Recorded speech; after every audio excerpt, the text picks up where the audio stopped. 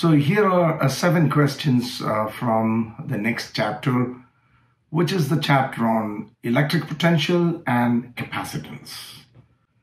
So the first one, you cause a particle to move from point A, where the electric potential is 13.7 volt, to point B, where the electric potential is negative 20.7 volt. So the potential goes from a positive value to a negative value. And you know that our potentials can either be positive or negative. But what's very important is that we are interested in the potential difference. And when you take the potential difference, you always take the final, take away the initial. All right, so in this case, the final potential is a negative 20.7 and the initial is 13.7. So you would go, the change in potential is negative 20.7 minus 13.7. That'll give you the potential difference. Why should we take the potential difference? Because the question goes on to say, calculate the change that occurs in the particle's electrostatic potential energy. So we are interested in finding the change in potential energy. And the formula for change in potential energy involves multiplying the change in potential with the charge of the particle. So that's why we need the change in potential times the charge of the particle. So if it's a proton, we know the charge, if it's an electron, we know the charge is negative 1.6 times 10 to the negative 19. And so we get the answer as a positive, because you know that this quantity is going to be negative multiplied by another negative. 2 negatives give a positive. But in the second case, the particle is a proton. When the particle is a proton, then its charge is the same number, but it's positive that much, right? It's the same number, but positive that much. So you would get a negative value. But if it's a neutral hydrogen atom, it's neutral, so it has no charge. And therefore, the change in potential energy would be 0. So that's what you find here. If it's neutral, then there is no change in potential energy because it has no charge. But if it's a proton, like I mentioned, then you take positive 1.6 times 10 to the negative 19. So you get a negative number multiplied with the positive gives a negative. All right, so, and finally, if it's a singly ionized helium atom, if it's a singly ionized helium atom, that means it's lost 1 electron. So what is its charge? It has a positive charge because it has lost an electron. So it has an overall positive charge, which is equal to the charge of a proton. So it's the same as this one. So for a proton and for a singly ionized helium atom, you get the same answer. So I hope that makes sense. Let's move on to the next one. In this question, 2 red blood cells each have a mass of 9.05 times 10 to the negative 14 kilogram and carry a negative charge spread uniformly over the surfaces. So 2 red blood cells, both have the same mass, and then the repulsion. Why do they repel? Because they both carry negative charge, they repel each other because they both have the same kind of charge. Prevents the cells from clumping together. So one cell carries negative 2.30 picocoulomb. Pico is 10 to the negative 12, okay? And the other is, again, negative 3.30 picocoulomb. And each cell can be modeled as a sphere, so it's like a sphere. And the radius is 3.75 times 10 to the negative 6 meter. If the red cells start very far apart and move directly towards each other with the same speed, what initial speed would each need so that they get close enough to just barely touch? All right, so they are far apart in the beginning and they have an initial speed, so which means they have kinetic energy. Because of their kinetic energy, they approach each other, but as they get closer, the repulsive force becomes greater and greater, so that by the time they just touch each other, all of their initial kinetic energy is converted into potential energy. It's just like throwing an object up against gravity. You give it a certain kinetic energy, and as it keeps moving up, its kinetic energy decreases, but its potential energy increases. So here is the diagram that shows the two red blood cells just touching each other, and you know that the distance between their centers, which I call D, is going to be twice the radius of each one, correct? Because that's the radius, and the total distance between the centers is 2 times the radius. So that's 2 times 3.75 times 10 to the minus 6, which gives 7.5 times 10 to the minus 6. Again, so the important idea is the kinetic energy, which is 1/2 times mass times velocity squared, becomes equal to potential energy.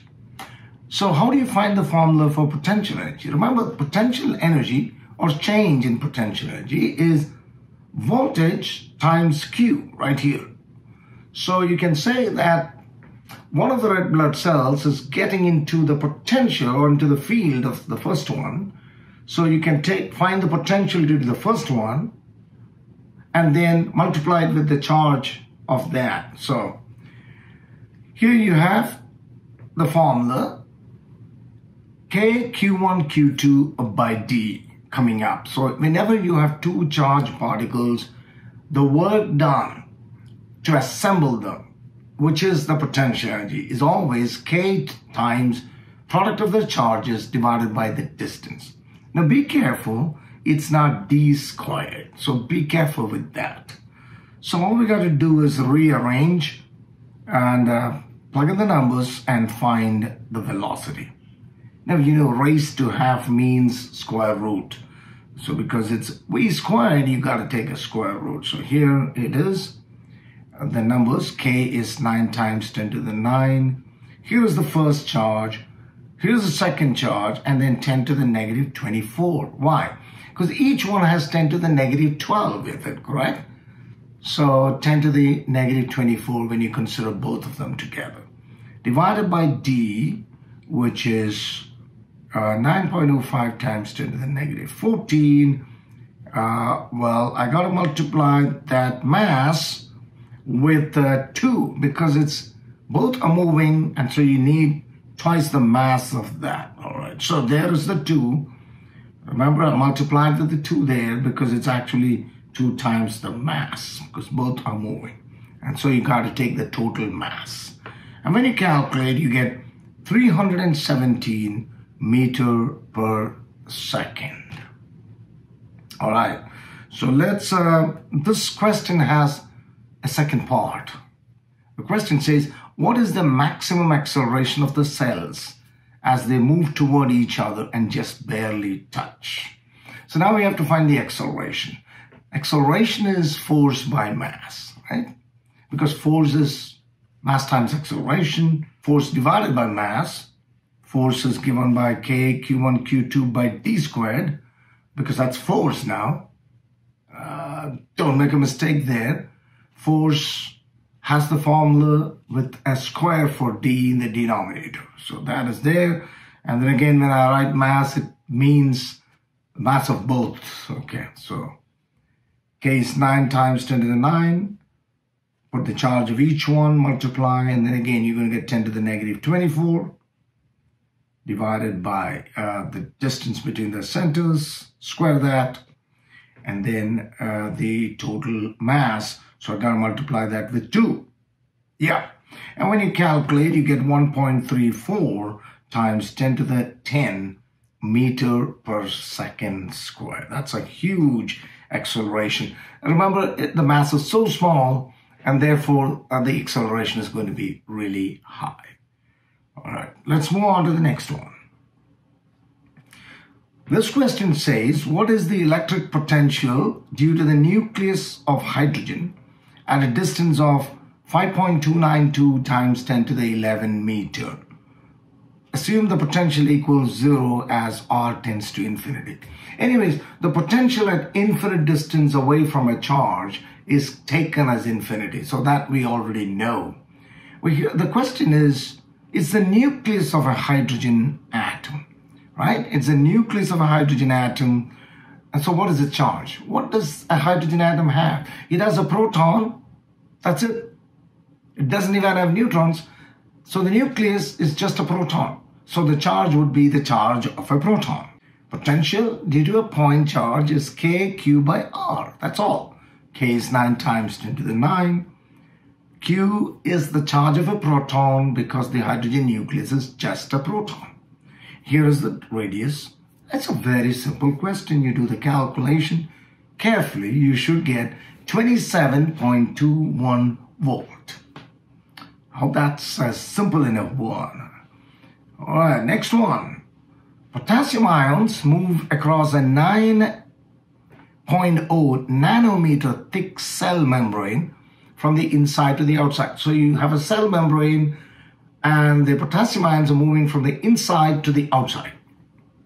The potential inside the cell is negative 80.0 millivolt and the potential outside is 0. Okay.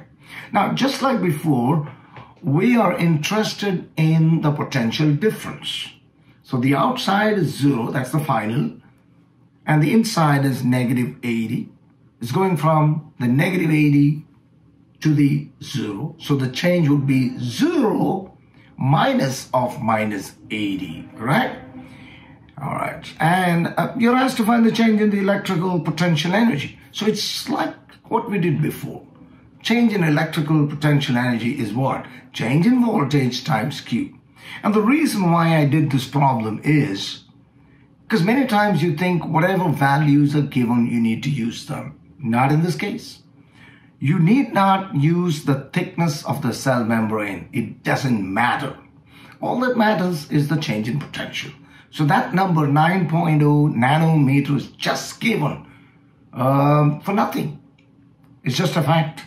So all we got to do is delta U is delta V times Q. Remember, it's 0 minus 80. Because it's millivolt, that's why I have the 10 to the negative 3 there. Milli is 10 to the negative 3. And then a potassium ion, it is positive, so it's a positive charge. And again, I wanted to remind you, what's the meaning of this? It's simply given to confuse you. Okay, I hope you understood. So that's the answer. 1.28 times 10 to the negative 20 joules. On to the next one, which is dealing with capacitors.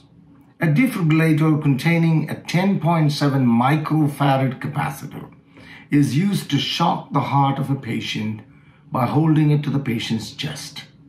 Just prior to discharging, the capacitor has a voltage of 10.5 kilovolt. How much energy is released into the patient? So the capacitor is charged. That means it has electrostatic potential energy. And whatever is the electrostatic potential energy is what is being released into the patient's chest. And to find the electrostatic potential energy of a capacitor, there are 3 formulas. And we have to use the one that is specific to what is given. Now, what is given is number 1, the capacitance, and 2, the voltage. So the energy formula that we use is this one. U is half CV squared. C is the capacitance. It's in micro, so that's 10 to the minus 6. Voltage is in kilo, so it's 10 to the 3. And then when you do the calculation, you would get 590 joules. That's it. Got to be careful to square this number. Okay, square this. Now remember, this becomes 10 to the 6 when you square it. And that 10 to the positive 6 will just cancel out with the 10 to the negative 6. And that's why you get the answer as 590 joules. So we're moving along nicely. Let's move on to the next one. In this question, it says 7 uncharged capacitors with equal capacitances are combined in parallel. And the combination is connected to a 5.11 volt battery. I've only shown 3 here, but there are 4 more like that, okay? And each one has the same capacitance. So it's C, C, C, and therefore the currents while charging should be the same, okay? It should be like I. Anyway, not I1, I2, I3. And these are connected. How are they connected? They are connected in parallel. When you connect capacitors in parallel, how do you find the total capacitance? You just add them. So you have 7 of them connected in parallel, and the total capacitance is going to be 7 times C. It's C plus C plus C 7 times, so that's 7C. And then the charge is given, and we're asked to find the capacitance. So that's easy. We go to the preliminary formula for capacitance. What is capacitance? It is the ratio of the charge to the voltage. So let's do that. First of all, the total capacitance is 7C because it's in parallel. And then use this formula. So 7C is the charge given divided by the voltage. And that is the voltage across each capacitor because each one of them is individually connected to the battery. So that's why we use that voltage across each one. And that gives you the number 1.24 times 10 to the negative 5 farad. These are the problems that I thought were really easy on this assignment. So I hope you run through this, and I hope it adds to your understanding and makes you finish this chapter on a good note. All right, thank you for watching this. We'll see you on the next video.